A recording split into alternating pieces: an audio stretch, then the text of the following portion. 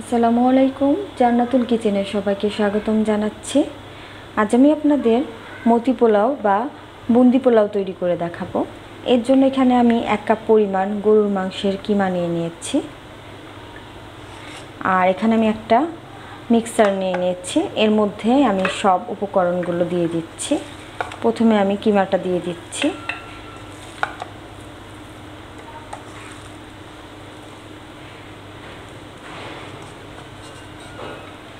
এবার আমি এর মধ্যে দিয়ে দিচ্ছি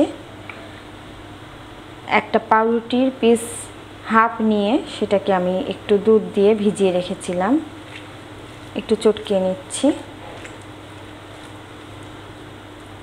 দিয়ে দিচ্ছি।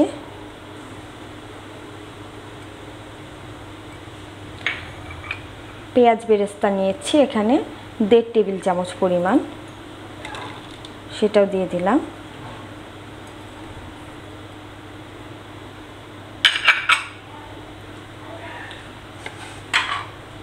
আর এখানে আমি একটা মাঝারি সাইজের পেঁয়াজ নিয়ে সেটাকে বেটে নিয়েছি। আদা রসুন বাটা দিয়ে দিচ্ছি 1/2 টেবিল চামচ পরিমাণ।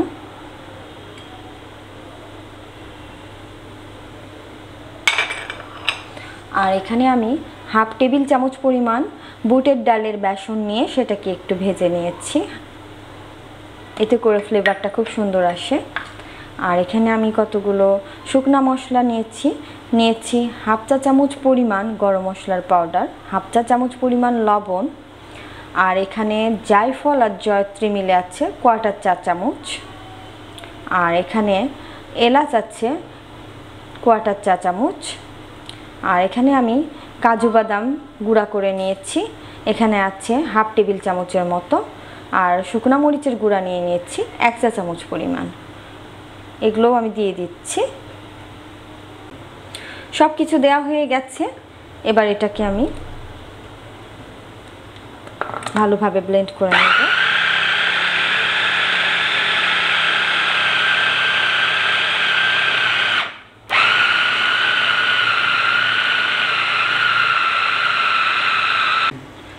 সব কিছু ভালোভাবে মিক্সড করে নিয়েছি। এবার এগুলোকে আমি একটা বাটির মধ্যে ঢেলে নিচ্ছি।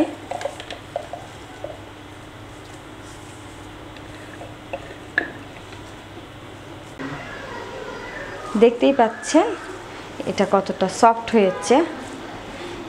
এবার আমি হাতের মধ্যে একটু তেল লাগিয়ে নিব। তেল দিয়ে এটাকে আমি গোল গোল করে মতির মতো করে তৈরি করে নিব।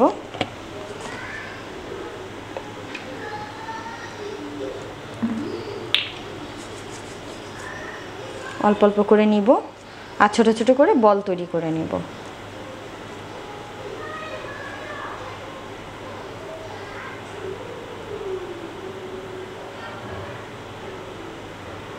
আর এইভাবে আমি প্রত্যেকটা তৈরি করে নিচ্ছি।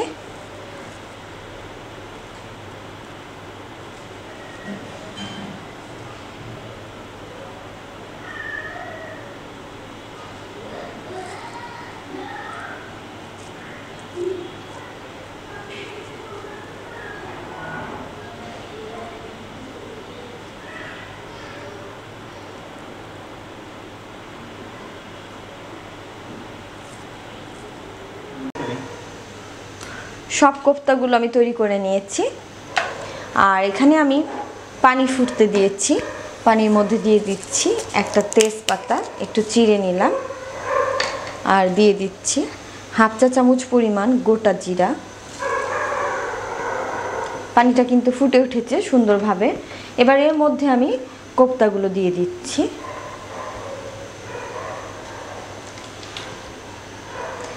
এবার এটাকে আমি 5 মিনিট সিদ্ধ করে নিব পানির মধ্যে। আর এখানে আমি পানি দিয়ে দিয়েছি 4 কাপের মতো, আর এই পানিটাই আমি পোলাওয়ের মধ্যে ইউজ করব। প্রায় 5 মিনিট হয়ে গেছে, চুলাটা বন্ধ করে দিলাম। আর পানির মধ্যে থেকে আমি কোফতাগুলো উঠিয়ে নিচ্ছি।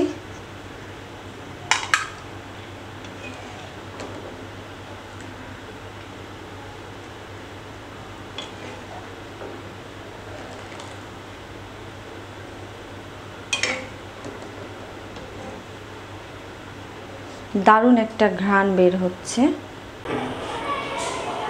সব কোপ্তাগুলো আমি উঠিয়ে নিয়েছিলাম একটা বাটির মধ্যে। এবার এর গ্রেভিটা তৈরি করে নিব। গ্রেভি তৈরির জন্য এখানে আমি একটা কড়াইয়ের মধ্যে 1/4 কাপ তেল দিয়ে দিলাম। এখানে আমি বেরেস্তার যে তেলটা সেটা ইউজ করছি। দিয়ে দিলাম এর মধ্যে পেঁয়াজ বেরেস্তা। এখানে আমি এটাও 1/4 কাপ নিয়েছি। দিয়ে দিচ্ছি আদা রসুন বাটা, দুইটা মিলে এখানে নিয়েছি আমি 1/2 টেবিল চামচ।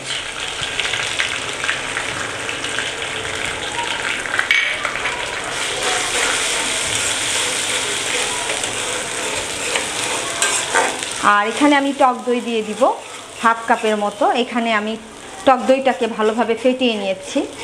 আর চুলার আঁচটাকে কমিয়ে রেখে এটা এইভাবে দিব আর নাড়তে থাকবো, না হলে কিন্তু টক দইটা ফেটে যাওয়ার সম্ভাবনা থাকে। এবার আমি এর মধ্যে বাকি মশলাগুলো ইউজ করছি। দিয়ে দিচ্ছি 1/2 চা চামচ পরিমাণ মরিচের গুঁড়া, 1/2 চা চামচ পরিমাণ গরম মশলার পাউডার, আর এখানে 1/4 চা চামচ জায়ফল জয়ত্রী নিয়েছি, আর নিয়েছি 1/4 চা চামচেরও কম এলাচের গুঁড়া।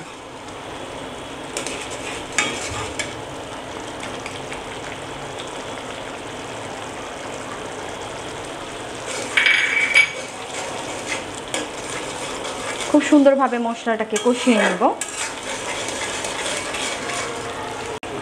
লবণ দিয়ে দিচ্ছি স্বাদ অনুযায়ী।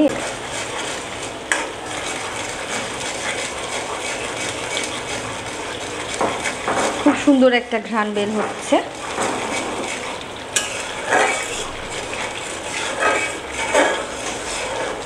দেখতেই পাচ্ছেন আমার মশলাটা কিন্তু কষে গেছে, এইটা উপরে তেল ছেড়ে দিয়েছে।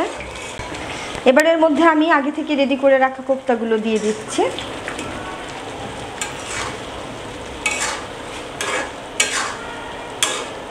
কোপ্তাগুলো দিয়ে গ্রেভির সঙ্গে কিছুক্ষণ কষিয়ে নিব। এটা যেহেতু আগে থেকেই সেদ্ধ করা আছে, সো এটা রান্না করতে খুব একটা বেশি টাইম লাগবে না, প্রায় 10 মিনিটের মতো এটা রান্না করে নিব।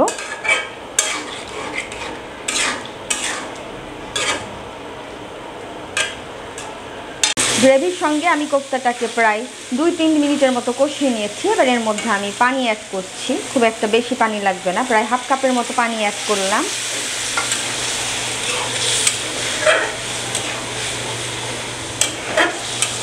এবার আমি এর মধ্যে দিয়ে দিচ্ছি 1/2 কাপ পরিমাণ মটরশুঁটি। এখানে আমি ফ্রোজেন মটরশুঁটি ইউজ করছি।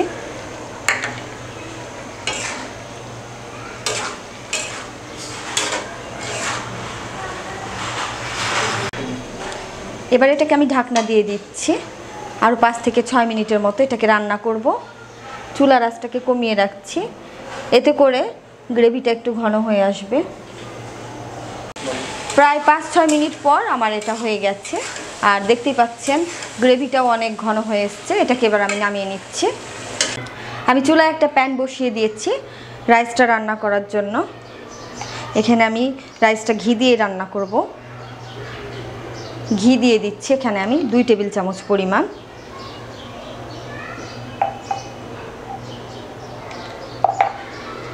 দিয়ে দিচ্ছি একটা তেজপাতা চিড়ে নিয়েছি, একটা দারচিনির টুকরা, 2টা এলাচ, দিয়ে দিচ্ছি গোটা জিরা 1/2 চা চামচ। এবার আমি এর মধ্যে চাল অ্যাড করব। এখানে আমি বাসমতি চাল ইউজ করছি। এখানে আমি 2.5 কাপের মতো বাসমতি চাল নিয়ে সেটাকে আমি 1 ঘন্টার মতো পানিতে ভিজিয়ে তারপর পানিটা ঝরিয়ে নিয়েছি। আপনারা চাইলে যে কোনো পোলাওয়ের চালও ইউজ করতে পারেন। এবার আমি এর মধ্যে চালটা দিয়ে দিচ্ছি।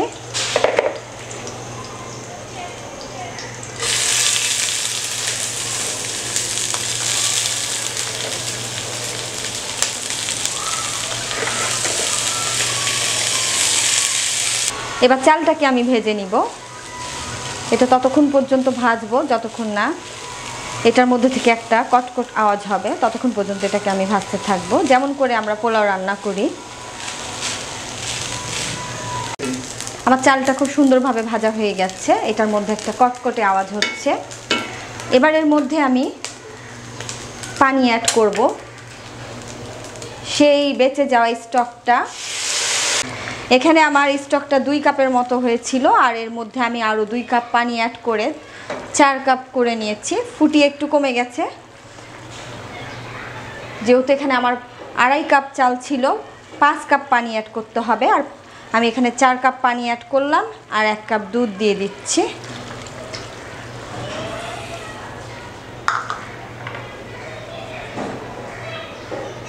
এবার আমি লবণ অ্যাড করছি, আর পানিটা ফুটানোর পরে হয়তো একটু কমে যাবে, কিন্তু গ্রেভির মধ্যে যে ঝোলটা আছে ওইটাতে পানিটা ব্যালেন্স করে নেবে। এবার এর মধ্যে আমি চিনি দিয়ে দিচ্ছি 1 চামচের মতো।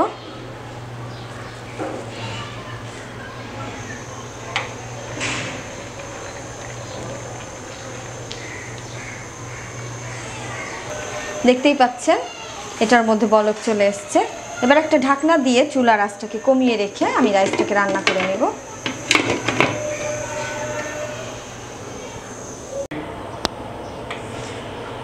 আমার পোলাওটা হয়ে গেছে, আর এটাকে আমি হালকা হাতে একটু নেড়ে দিয়েছিলাম। দেখতেই পাচ্ছেন এটা কতটা সুন্দরভাবে হয়েছে। এবার এখান থেকে আমি কিছুটা পোলাও উপর থেকে উঠিয়ে নিচ্ছি। আমি এর মধ্যে থেকে কিছুটা ভাত উপরে উঠিয়ে নিয়েছি। এবার এর মধ্যে আমি উপর থেকে সেই কোফতা কারিটা বিছিয়ে দিচ্ছি রাইসের উপরে।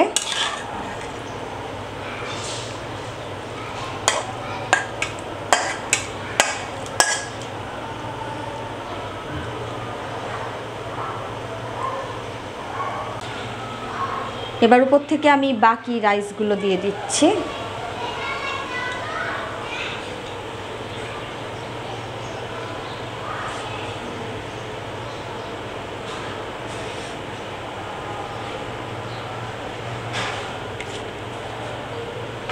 আর এখানে আমি 1 টেবিল চামচ পরিমাণ কেওড়া জল নিয়ে একটু জর্দার কালার দিয়ে এটাকে গুলিয়ে নিয়েছি, এটা দিয়ে দিচ্ছি।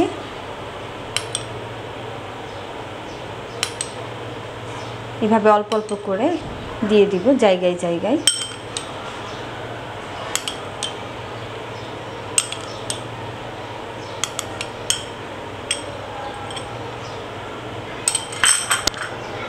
দিয়ে দিচ্ছি কিছু পেঁয়াজ বেরেস্তা।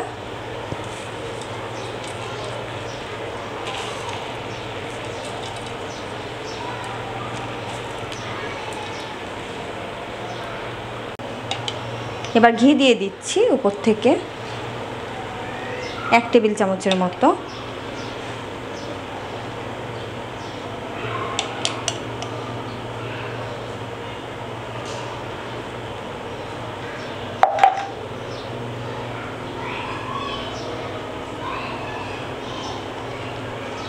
এবার একটা ঢাকনা দিয়ে এটাকে আমি দমে দিব প্রায় 10 মিনিটের মতো। যেহেতু এগুলো সব কিছু রান্না করা, কোফতাটা রাইসটা জাস্ট কোফতার স্মেলটা সুন্দরভাবে যেন বিরিয়ানির মধ্যে ঢুকে যায়। প্রায় 10 মিনিট হয়ে গেছে, আর আমার মতি পোলাওটাও রেডি। এবার এটাকে আমি সার্ভ করে দেখাচ্ছি আপনাদের।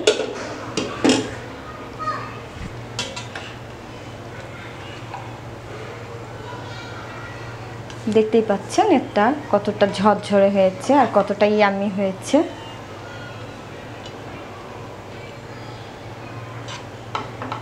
তৈরি হয়ে গেল দারুণ মজাদার আর খুবই সুস্বাদু মতি পোলাও।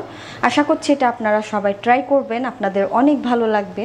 আর আমার এই রেসিপিটি ভালো লেগে থাকলে আমার চ্যানেলে সাবস্ক্রাইব করুন, সাবস্ক্রাইব বাটনের পাশে থাকা বেল আইকনটিতে ক্লিক করুন। এতে করে আমার নিত্য নতুন সব রেসিপিগুলো আপনারা খুব সহজেই পেয়ে যাবেন। খোদা হাফেজ।